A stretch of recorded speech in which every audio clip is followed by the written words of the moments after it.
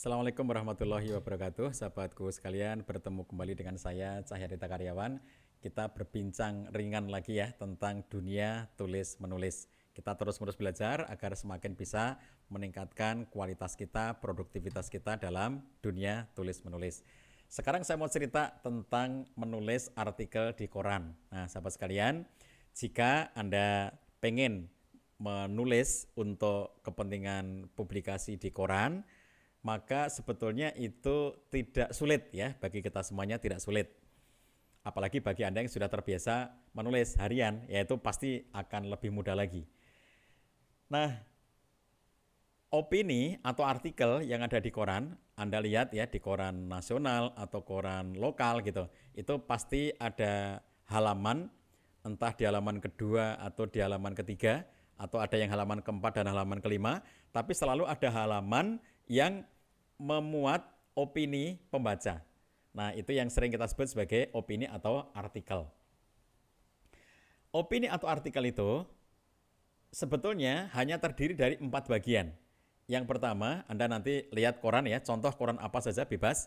Yang pertama adalah bagian judul opini atau judul artikel itu dan nama penulis ya. Misalnya saya pernah menulis untuk koran lokal beberapa waktu yang lalu, judulnya adalah Menuju Masjid Ramah Difabel. Lalu tulisan nama penulis oleh Cahyadi Takaryawan. Itu bagian pertama. Setiap Anda melihat koran yang di situ kolomnya opini atau artikel, maka yang pertama kali Anda jumpai pasti adalah judul opini dan nama penulis. Kemudian bagian kedua adalah bagian pendahuluan. Nah, yang dimaksud dengan bagian pendahuluan itu adalah satu paragraf pertama atau dua paragraf pertama di dalam tulisan tersebut. Tidak ada kata-kata pendahuluan, tidak menggunakan kata seperti itu.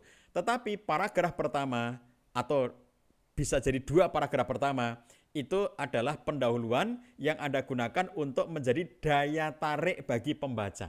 Jadi, misalnya daya tariknya ketika tadi saya bercerita tentang menuju Masjid Ramah Difabel. Saya mengawali dengan cerita, misalnya begini. Pernah suatu ketika saya diajak dalam perjalanan bersama dengan teman saya. Lalu ketika masuk waktu sholat, saya mengajak teman saya yang penyandang disabilitas itu untuk mampir sholat di sebuah masjid. Lalu kemudian tiba-tiba dia mengatakan, oh jangan sholat di sini karena ini tidak ramah difabel. Saya kaget dengan pernyataannya. Saya tanya, bagaimana masjid itu tidak ramah difabel? Iya, karena orang-orang seperti saya, kata teman saya itu, yang dia kemana-mana menggunakan kursi roda. Jadi kalau saya pakai kursi roda, itu nggak bisa karena itu masjidnya ada tangga-tangganya. Untuk naik ke atas itu menjadi kesulitan bagi saya. Demikian pula menuju ke tempat wudhu, demikian pula menuju ke toilet. Itu tidak ramah difabel. Nah, jadi akhirnya nanti di sana kata dia, saya hafal ruas jalan ini, masjid mana yang ramah difabel. Ternyata cukup lama untuk menuju kepada masjid yang dikenal sebagai masjid ramah difabel. Artinya apa? Ternyata banyak banget masjid-masjid kita yang tidak ramah difabel. Nah, cerita ini saya jadikan sebagai ungkapan pada paragraf 1 dan paragraf 2. Untuk apa? Menjadi daya tarik ya bagi pembaca bahwa ternyata memang kenapa saya membahas tentang menuju masjid ramah difabel, ternyata ada realitas bahwa banyak masjid yang tidak ramah difabel. Misalnya begitu. Itu bagian pertama, pendahuluan ya. Buatlah pendahuluan yang menarik. Satu paragraf atau dua paragraf pertama yang menarik. Boleh berupa cerita, boleh berupa data, boleh berupa fakta, boleh berupa bagian-bagian yang paling krusial dari masalah yang mau dibicarakan. Tapi buatlah menjadi sebuah daya tarik.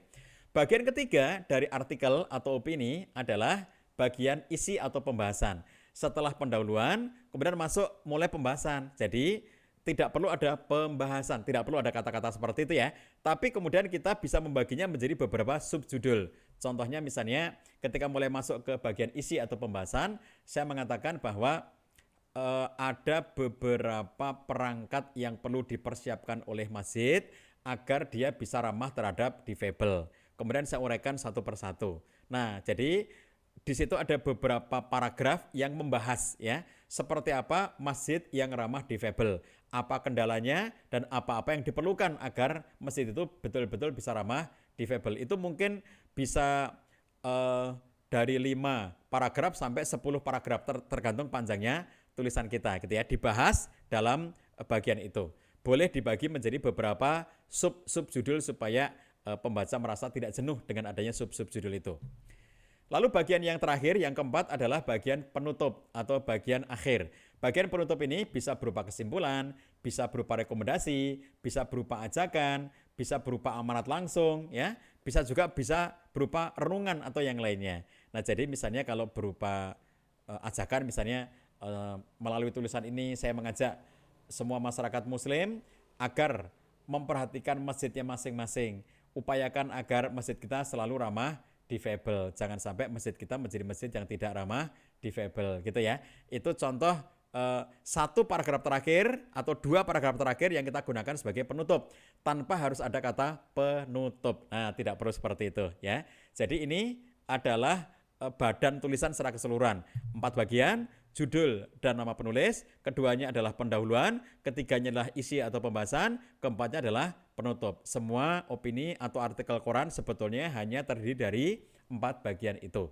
Nah, sekarang setelah Anda punya naskah atau artikel atau opini tadi itu, kemana Anda akan mengirimkannya? Jika Anda akan mengirimkan ke koran, maka Anda perlu tahu dulu koran mana yang akan Anda pilih untuk dikirimkan itu. Apakah koran nasional atau koran lokal. Kenapa demikian? Setiap koran punya ketentuan yang berbeda. Contoh, panjang pendeknya tulisan. Rata-rata koran lokal itu mensyaratkan satu tulisan panjangnya di kisaran 500 sampai 700 kata.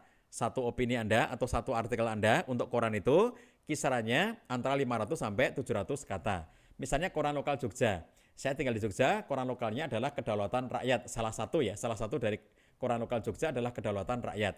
Maka kalau nulis opini untuk Kedaulatan Rakyat, Anda menulis kira-kira pada 535 kata setiap opini Anda sampai dengan 550 kata gitu. Kalau memilih koran nasional seperti Republika, Kompas, rata-rata pada kisaran 1000 kata. Setiap kali Anda menulis opini atau artikel untuk koran nasional kira-kira pada kisaran 1000 kata. Nah, ini kan membedakan kan panjang pendeknya yang Anda kirimkan menjadi berbeda. Maka pilih dulu koran mana.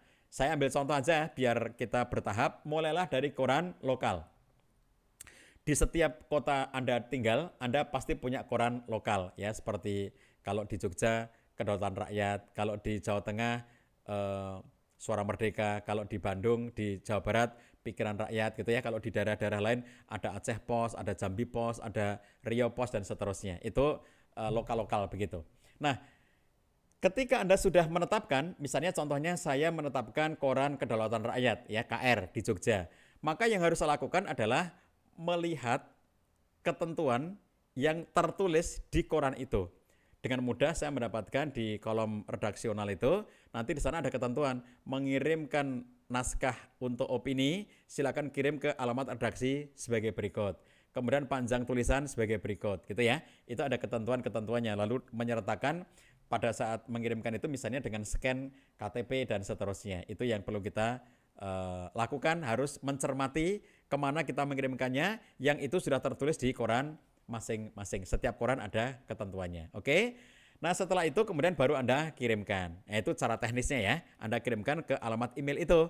Kemudian Anda berikan sedikit keterangan sebelum mengirimkan naskah dengan attachment lewat email itu. Di badan emailnya Anda sampaikan mengapa saya memilih alasan ini ya. Jadi kepada redaksi koran apa, misalnya Kedaulatan Rakyat, alamat email ini. Lalu kemudian saya sampaikan alasan saya memilih tema ini karena masih menyaksikan banyak masjid yang tidak ramah difabel. Oleh karena itu saya ingin agar semakin banyak masjid yang ramah difabel. Lalu kemudian berikut naskah saya kirimkan untuk koran Kedaulatan Rakyat, terlampir attachment ya, kita kirim. Oke.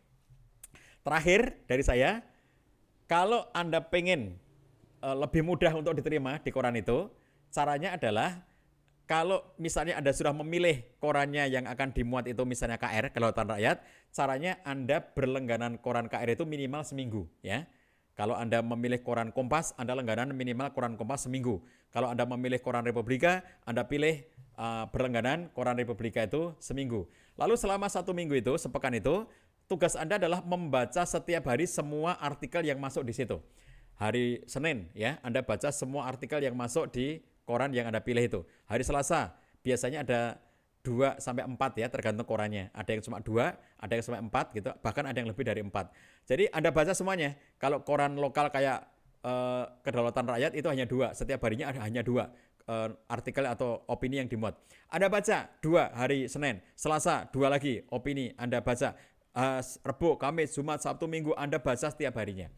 Setelah Anda membaca 7 hari berturutan, maka Anda akan berada pada suasana yang lebih menguasai tentang tipe-tipe artikel atau opini yang ada di Kedaulatan Rakyat. Nah, jadi kalau Anda sudah membaca 7 hari berturutan, tipe-tipe artikel di situ, Anda akan mencermati judul-judul seperti apa yang biasanya dimuat, cara pembahasannya seperti apa, cara penyampaiannya seperti apa, lalu kemudian pembuatan paragrafnya sepanjang apa, sependek apa, hitung ya berapa kata dalam setiap paragraf dan hitung ada berapa paragraf dalam setiap artikel itu. Anda belajar dari sana. Itu cara agar tulisan Anda nanti lebih mudah untuk diterima oleh redaksi karena Anda sudah mengamati, mencermati dari kebiasaan-kebiasaan yang ada di koran itu. Begitu ya sahabat sekalian, nggak sulit kok, bener nggak sulit ya. Alhamdulillah saya sudah sering dimuat tulisan-tulisan saya di berbagai koran sejak saya kuliah ya, sampai dengan hari-hari ini saya masih mengirimkan beberapa artikel ke koran dan itu tidak sulit bagi Anda semuanya. Oke? Selamat berlatih, mudah-mudahan sukses selalu. Assalamualaikum warahmatullahi wabarakatuh.